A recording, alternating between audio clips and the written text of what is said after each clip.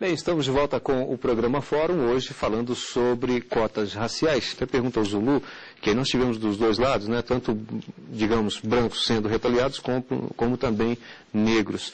Isso não pode, talvez, de uma certa forma, acirrar ainda mais isso, não, Zulu? Você imagine, por conta da implementação das cotas raciais no Brasil, não há um único fato, um único fato, diretamente ligado à questão das cotas que tenham promovido qualquer radicalização nesse sentido, ou qualquer conflito, ou qualquer confronto. A defesa, as teses, e se isso tem provocado comoção, não vou negar, as teses que algumas pessoas defendem contra as cotas e que a associam à inexistência da discriminação no Brasil e que tentam remeter ao processo de democracia racial, isso sim tem causado alguns atritos. Isso é verdade, não posso negar. Porque a sociedade brasileira ela tem sido muito injusta com a comunidade negra. Muito injusta. Eu não quero nem falar dos 400 anos de escravidão, que isso aí é tão lugar comum. Mas nesses 121 anos, se a gente for objetivamente procurar dentro da sociedade medidas que foram adotadas para a inclusão plena do negro na sociedade brasileira, nós temos muito pouca coisa. Você sabe qual foi a primeira lei criada, por exemplo, pós a abolição da escravatura? A lei da vadiagem. A lei da vadiagem. Sabe o que era a lei da vadiagem? Para você não ser considerado vadio e estar na rua, você tinha que apresentar carteira de trabalho. Quem era que tinha carteira de trabalho naquele período? Os ex-escravos tinham carteira de trabalho? Então, tem esses mecanismos sutis na sociedade brasileira de discriminar, dizendo que não está discriminando, dizendo que é algo geral, que é outra coisa. Até 1888, analfabeto voltava no Brasil. Quando os escravos não votavam, porque eles não tinham direito. Não tinham direito ao voto. Quando se estabelece o voto no Brasil, na República, o voto para todos, segunda medida adotada, a negação do voto do analfabeto, porque a maioria dos escravos eram analfabetos, naquele momento se transformariam num peso significativo para a definição dos rumos da sociedade brasileira. Parece também que... Quer ver um outro elemento que eu sempre gosto de utilizar? Boa aparência. No Brasil não tem preto. No Brasil somos todos mestiços. Vamos admitir que isso seja verdade. E o que é colocado pelos empresários, pelos empregadores brasileiros? Que precisa de boa aparência. O que é boa aparência no Brasil? Se não me engano, está até proibido. Não, isso é crime. É crime, mas é utilizado largamente a ponto de ter ido para a OEA, uma manifestação dessa em São Paulo. Uhum. Agora, Zulu, isso é utilizado. Então, esses elementos é que, às vezes, esse passado brasileiro, que eu volto a dizer, não foi ainda devidamente limpo no sentido da discussão, no sentido dos esclarecimentos, é que provoca. Para nós, não há nenhuma incompatibilidade entre você ter políticas de ações afirmativas para os demais segmentos. Mesmo porque, uma coisa não é excludente da... Por essa questão que o nobre Zulu falou. Defina quem é negro no Brasil não é fácil, sabe por quê? Porque o critério mesmo que ele se baseia para poder pleitear uma política de compensação. A partir da ideia dos 400 anos de escravidão no Brasil. Pois eu vou lhe dizer, Neguinho da Beija-Flor fez um exame de marcadores genéticos de ancestralidade, 70% do DNA de Neguinho da Beija-Flor é europeu. Então, Neguinho da Beija-Flor é mais eurodescendente do que afrodescendente. Nos países que implementaram políticas de cotas raciais, havia sempre critérios objetivos para definir quem era branco e quem é negro. Nos Estados Unidos, o critério era da uma gota de sangue, one drop rule. Ou seja, se você tivesse uma gota de sangue, o tataravô do seu tataravô do seu tataravô fosse negro, ainda que você seja loiro dos olhos azuis, até hoje, você é considerado negro. Lá só existem duas raças. Ou você é branco ou você é preto. Pouco importa a sua aparência. Porque o critério é de ancestralidade.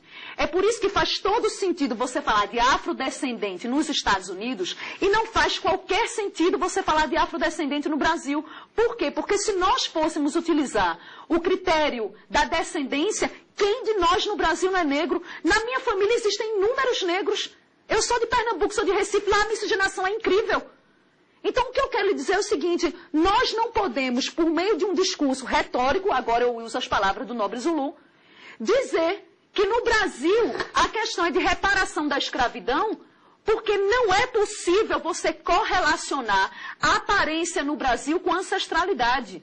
O que é que eu quero dizer? É possível que no Brasil, como só são 6 genes que definem cor de pele, é possível que você tenha brancos na aparência, mas que descenderam de escravos. E é possível que você tenha negros na aparência e que na ancestralidade descenderam de europeus. Não é possível nós querermos apenas implementar um modelo que foi pensado para uma outra realidade, porque o país que foi pioneiro na implementação de cotas para negros foram os Estados Unidos, mas que eles tiveram, na verdade, mais de 100 anos de leis que separaram, desde o início da colonização, brancos de negros, concedendo direitos com base na cor da pele. Então, nos Estados Unidos, desde o hospital em que o neném nascia, até o cemitério em que o indivíduo era enterrado, todos os sistemas sociais eram rigidamente segregados com base na cor da pele. Então, havia escola para branco, escola para negro, parque para branco, parque para negro, restaurante para negro, restaurante para branco, transporte público para negro, transporte público para branco. Obviamente, 100 anos depois das leis raciais, coube, inacreditavelmente, a um presidente branco, racista, conservador, e do Partido Republicano, que foi Richard Nixon, foi quem primeiro implementou no programa Filadélfia, em 1969, as cotas raciais nos Estados Unidos. Martin Luther King foi contra, e ele disse, não posso ser a favor de cota ou de ação afirmativa com um elemento racial diante de tantos brancos pobres.